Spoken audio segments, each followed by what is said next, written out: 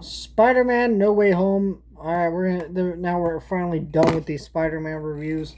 I kind of thought I'm not gonna do the Spider-Verse ones. I'll re-talk about those next year because it just makes sense with Beyond the Spider-Verse if we still get that next year. I mean, that movie's been delayed so many times. God, I think it is still coming out next year, but we'll, you know, still don't trust it anymore, right?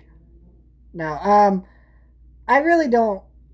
I'm really conflicted with Spider-Man: No Way Home because honestly, there's some parts of this movie that I think are great, and there's just some stuff in this movie that just irritates the shit out of me. And they're nitpicky things, but they're nitpicky things that I feel like add up to making this movie incredibly flawed. But the people who watch this movie and like this movie will never criticize it. There's literally people who will tell you this is the best Spider-Man movie. Um, how? This movie does not exist without the other Spider-Man movies. You cannot call this the best one by default. I just don't get that at all.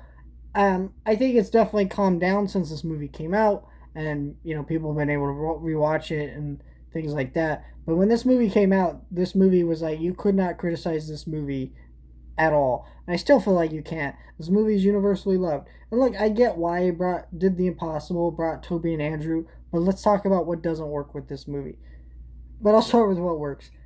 I think this movie, as a celebration of the Spider-Man movies and mythos, where it takes, right, all the Spider-Man stuff that we know, in terms of the movies, brings them all in and gives characters happy endings that didn't have happy endings before, like Andrew Garfield, who's given it his all in this movie. Like, I'm not gonna like Toby was phoning it in, but he's not. Number one, he's just not the actor that Andrew Garfield is, but he's giving it his all. Things like that. It's also very smart at the beginning of this movie where, you're dealing with the consequences of the end of the last movie where everyone knows who Spider-Man is. Goes through all that stuff very quickly. The whole final battle on the Statue of Liberty was great. Aunt May dying was sad, things like that. I think where this movie gets to be very flawed for me is just the way this plot happens and just some of the stuff that's like, this is some bullshit nostalgia baiting. Why in the hell is this scene where, like, I get the point of it emotionally, what they're trying to do, but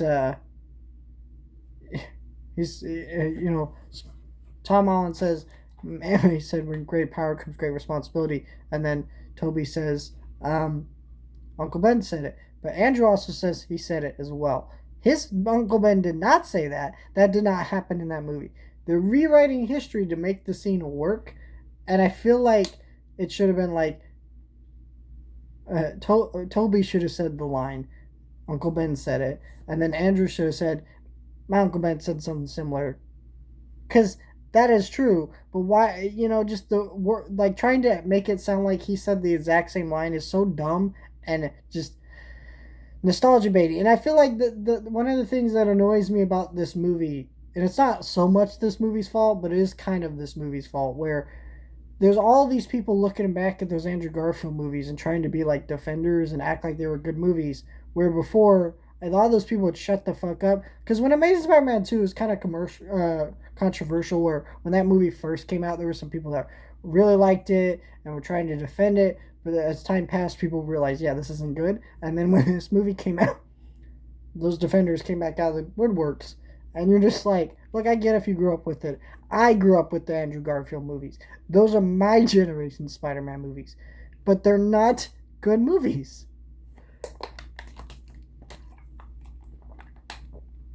I was born in 2003. I was the perfect age for the Andrew Garfield movies. You know what I'm saying? I saw all those in the theater.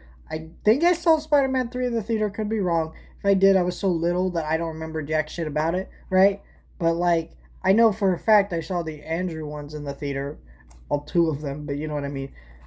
So I should love them.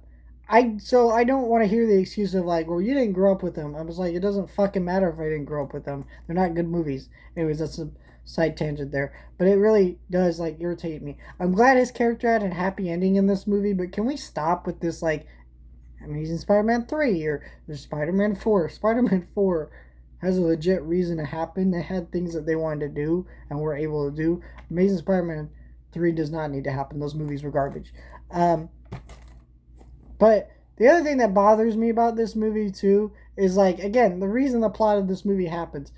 What they're not getting into college, so so even Strange kind of makes a joke of like, wait, you asked me to brainwash the entire universe, but you didn't even think to like ask them to reconsider. Like that's what I'm talking about. Where like they had reasons to make this work. Like if Spider-Man was just actually dealing with death threats or nearly being killed by a montage of supervillains, and then he thinks, "Oh yeah, I could just go to Strange and he'll do that." That would make sense. But you know, the thing is about this movie is it's clear like the people who made this movie just wanted to get to the nostalgia baity stuff, and they just get there so quick that they don't even think about making the plot make sense and making it work logistically because it's about the nostalgia baity stuff, and it's good nostalgia baity stuff in the sense that there is like actual, it's not just like nostalgia bait, there's actually like, oh, we're trying to give characters and story arcs resolution, but there is some annoyance to it. And honestly, bringing some of the villains from Amazing Spider-Man 2 into this movie, the way they did it was just like, I get that you can't do that terrible design of Electro, but for God's sake, like Jamie Foxx was so not putting in any effort into his performance in this movie. And the Lizard, like he didn't do jack shit. Like I guess he has to be here, but come on. And the Sandman, like it's like okay, you didn't want to show up on set, so you're just gonna do the voice, okay. But like Toby's villains, other than that, were great. I think this movie is fun. It has its moments. I like the nostalgia baity stuff.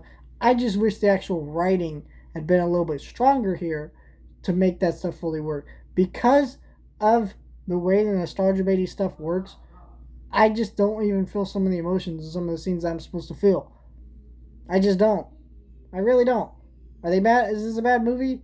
Like I once said in an old review, I don't really think so. I think it was just me being hard because I knew that people were going to come at me and defend it no matter what I said when because I reviewed this right out of the theater. I don't agree with that old review anymore. You can find that on my old channel that is dead. I don't check out my old videos.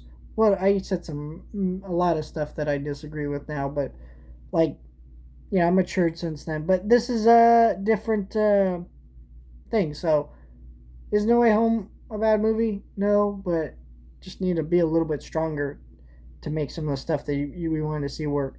I think though a great scene that is so smart is the scene where he traps Doctor Strange in that dimension and uses math to do it. That's such a Spider-Man thing right there. Like there's cool shit in this movie that I really love, but and honestly, this movie is the first time that I actually felt like, oh, Tom Holland's Spider-Man is Spider-Man. Like he's doing things and acting like a Spider-Man would do, and that was great. So